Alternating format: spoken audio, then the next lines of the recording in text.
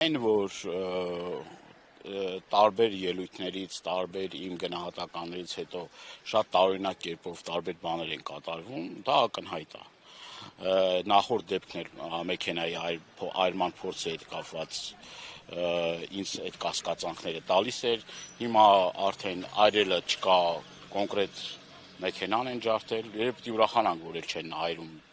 մեքենան են ջարդում։ Հետո եղել է ուրեմն արգելակների հետ կապված խնդիր ամիսներ առաջ, երբ որ մեքենան արգելակների հետ կապված խնդիր ունեց։ Ես չգիտեմ, կա թե չկա, համենայն դեպս սենց չէր կարել, այսքան հենց պատահականություններ լինել, չի կարա մի քանի 3-4 անգամ պատահականություն լինել։ Ես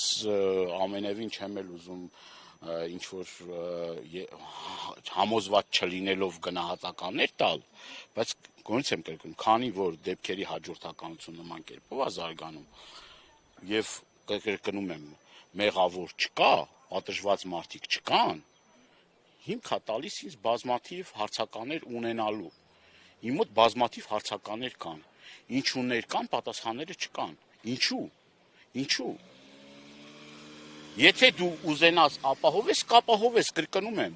հազարավոր ոստիկաններ իր անվտանգությունը ապահովում են, իր ամառանոցի մոտ, քանի ոստիկան կա, հազարավոր,